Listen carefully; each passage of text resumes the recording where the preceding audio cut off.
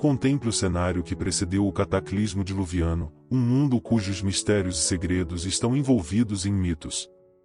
Segundo relatos bíblicos, esse mundo testemunhou a presença de seres extraordinários, civilizações perdidas e eventos divinos que alteraram irreversivelmente a face da Terra. A narrativa pré-diluviana, rica em fascínio e intriga, encontra sua imortalidade nas páginas do livro de Gênesis na Bíblia Sagrada.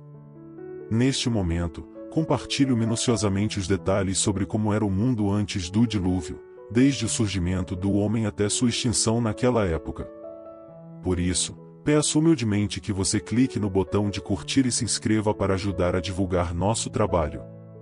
Conforme já sabemos, o livro de Gênesis narra a história de Adão e Eva, os primeiros seres humanos criados por Deus. Após desobedecerem às instruções divinas e serem expulsos do jardim do Éden, Adão e Eva deram origem a 2 filhos. Num período em que a Terra despertava a curiosidade de muitos, abordamos a fascinante era pré-diluviana, conforme registrada nos primeiros capítulos do livro de Gênesis da Bíblia. Segundo o relato bíblico, a civilização humana nesse período alcançou notáveis realizações, mas ao mesmo tempo perpetuou uma cultura marcada pelo pecado. Mas como era a vida das pessoas nessa época intrigante? Quais foram suas realizações e como se desenrolou o mundo antes do imenso dilúvio? Estes são os temas que exploraremos a partir deste momento. A primeira família antediluviana, como sabemos, foi a família de Adão. Após serem expulsos do jardim do Éden, Adão e Eva estabeleceram-se, gerando filhos e filhas. O primogênito desse casal foi Caim, que ficou notório por ser o primeiro assassino na era antediluviana, tendo brutalmente tirado a vida de seu próprio irmão, Abel. Após esse trágico evento, Caim recebeu uma marca de Deus e ergueu uma cidade na terra de Nod, nomeando-a em homenagem ao seu primeiro filho, Enoque. Esta cidade antediluviana é a primeira mencionada na Bíblia. Ao contrário de teorias não bíblicas que afirmam que a Escritura claramente expõe que o homem foi criado por Deus como um ser racional e moralmente competente, implica que, embora o homem passe por uma evolução intelectual, adquirindo conhecimento e desenvolvendo novas tecnologias, não houve evolução como espécies, conforme argumentado por alguns cientistas. Essa distinção se torna evidente ao examinarmos os relatos bíblicos do período antediluviano. Como destacado, Caim, o primeiro ser humano na Terra, desenvolveu-se a ponto de construir uma cidade.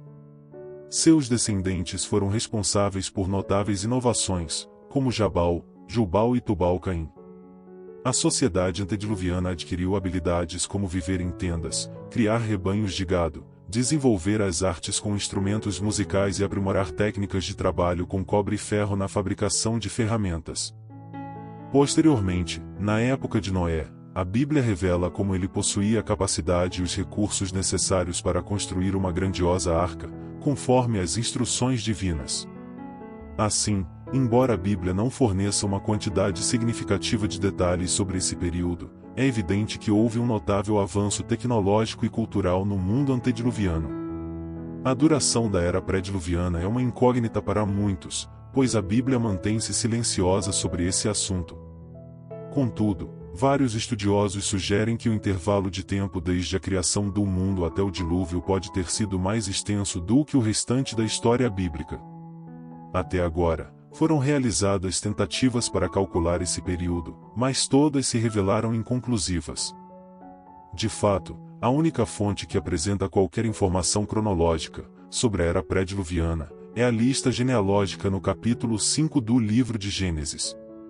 No entanto, é improvável que alguém consiga determinar datas precisas a partir desse registro. Isso ocorre simplesmente porque não é essa a intenção e o propósito da genealogia.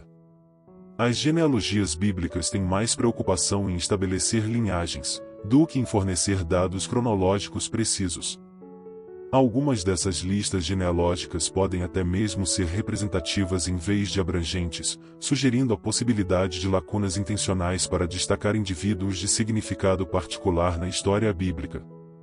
Por exemplo, em listas representativas, ao afirmar que uma pessoa gerou outra, isso indica que o primeiro é apenas um ancestral deste último, não necessariamente seu pai direto.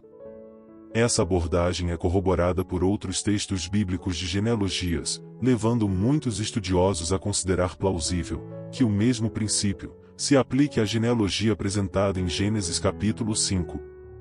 Com base nas informações genealógicas apresentadas no capítulo 5 do livro de Gênesis, os estudiosos podem, pelo menos, observar que os notáveis avanços no mundo pré-diluviano estavam provavelmente relacionados à longevidade humana. Nessa era, prevalecia uma única língua, e Deus permitiu que as pessoas desfrutassem de muitos anos de vida. Isso, sem dúvida, desempenhou um papel fundamental no progresso tecnológico e na transmissão de informações durante esse período. Embora existam interpretações alternativas sobre a longevidade das pessoas que viveram antes do dilúvio, a visão mais tradicional dentro do cristianismo sustenta uma leitura direta da Bíblia, afirmando que esses indivíduos realmente viveram por muitos e muitos de anos. Definiu toda a sociedade. Isso indica que, naquela época, a descendência de Seta representava a parte da humanidade que preservava o conhecimento de Deus. No entanto, ao longo do tempo, essa linhagem se misturou com a descendência ímpia de Caim, e a corrupção espiritual atingiu um limite insuportável. Naquele tempo, havia Nefilim na terra. Alguns pesquisadores defendem a ideia de que os Nefilim eram gigantes resultantes da união entre os filhos de Deus e as filhas dos homens. No entanto, muitos outros estudiosos do Antigo Testamento consideram mais plausível que os Nefilim fossem indivíduos poderosos e de grande renome na antiguidade, que exerciam domínio por meio de atos tirânicos, agravando ainda mais a condição da humanidade em termos de pecado. Contudo, durante o período antediluviano, também existiam indivíduos genuinamente dedicados ao Senhor. Um exemplo é Abel, que se tornou o primeiro mártir e continuou a ser lembrado como um modelo de fé até o Novo Testamento. Enoque foi outro que desfrutava de uma relação tão íntima com Deus que foi transladado, sem experimentar a morte. Além disso, Noé, que nasceu, cresceu e se desenvolveu como homem, também pertenceu a esse período. Nos últimos anos antes do dilúvio, Noé se destacava como uma rara exceção, alguém que ainda temia o Senhor. Conforme registra a Bíblia, sua família foi a única poupada quando Deus, em sua paciência, considerou intolerável a depravação generalizada da civilização. Assim se encerrou o período antediluviano, marcado pelo desdobramento da ira divina, e pela destruição da terra. A situação era tão complexa, e a maldade atingira um nível tão elevado, que o autor bíblico descreve a insatisfação de Deus com a humanidade, por meio da expressão de arrependimento, indicando que Deus lamentou ter criado o homem. No Novo Testamento, o apóstolo Pedro, em sua segunda epístola, no capítulo 3, versículo 6, registra o desfecho da era antediluviana ao afirmar o seguinte: pelas mesmas águas, o mundo daquela época foi inundado e destruído. Contudo, tudo o que ocorreu naquela época serve como um alerta para nós. Isso se deve ao fato de que, o próprio Senhor Jesus Cristo afirmou que, nos últimos dias desta era, um modo de vida semelhante ao pré-diluviano será reencenado. As pessoas seguirão suas próprias vontades e desejos, entregando-se a festas e celebrando relacionamentos, mas estarão tão absorvidas em suas ocupações, que negligenciarão o chamado de Deus ao arrependimento. Assim como ocorreu com a geração antediluviana, somente despertarão para a realidade, quando o julgamento divino for desencadeado, sem oportunidade para retorno. De fato, Jesus ilustrou esse momento, ao comparar a remoção dos ímpios pelas águas do dilúvio, no mundo pré-diluviano com a remoção, nos últimos dias dos impenitentes deste mundo, através do juízo de Deus. Portanto, este é um apelo urgente à humanidade. A Bíblia não descreve a era antediluviana simplesmente para satisfazer nossa curiosidade sobre o passado, mas como um poderoso lembrete de que um modo de vida caracterizado pela negligência dos padrões de Deus e pela entrega ao pecado inevitavelmente resultará no julgamento divino.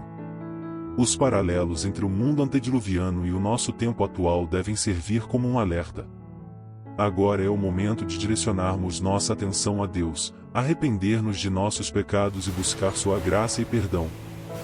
Em resumo, O período pré-diluviano se destacou como uma fase singular na história da humanidade.